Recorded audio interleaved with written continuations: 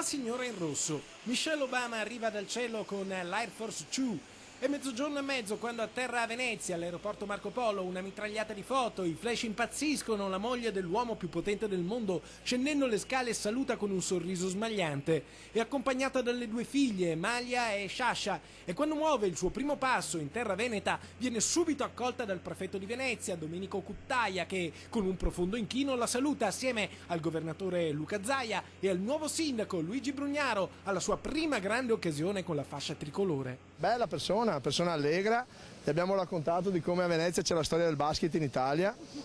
Sì, abbiamo detto questo. È la verità. Abbiamo parlato della squadra del basket. Cioè. Mi sono trovato anche imbarazzato perché io sono di Treviso a sentire uno che parla della Reia. Abbiamo parlato della Reia e abbiamo detto che in effetti qua c'è la storia del basket. Ha gonfiato busie, qualcosa. Abbiamo detto che siamo i numeri uno, insomma. Appunto, non è vero.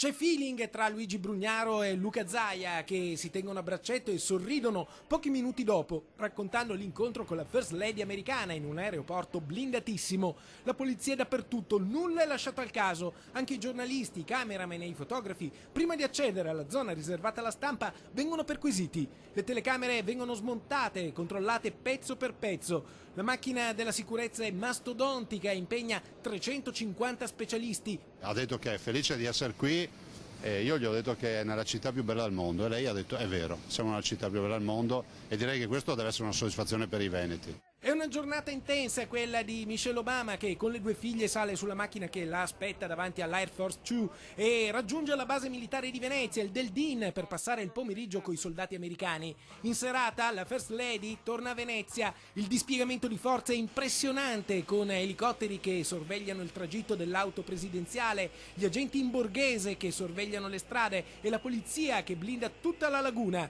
Michelle Obama si dedica alla cultura, visita la Basilica di San Marco, poi il Palazzo Ducale. È evidente che questo ci può portare interessi economici, vuol dire che la comunità americana tiene a questo luogo, ci hanno chiesto come protocollo, anche col signor prefetto, siamo qua proprio per rappresentare questo e per dire che le istituzioni in questa città ci sono e c'è una gran voglia di rilanciare la città tutta, intendendo proprio una grande città, una vasta città nel mondo. Stanotte Michelle Obama alloggerà all'Hilton Molino Stucchi. Nella mattinata visiterà la Biennale, ma domani è già un altro giorno, intenso, come oggi. Ma questa è la vita di una First Lady.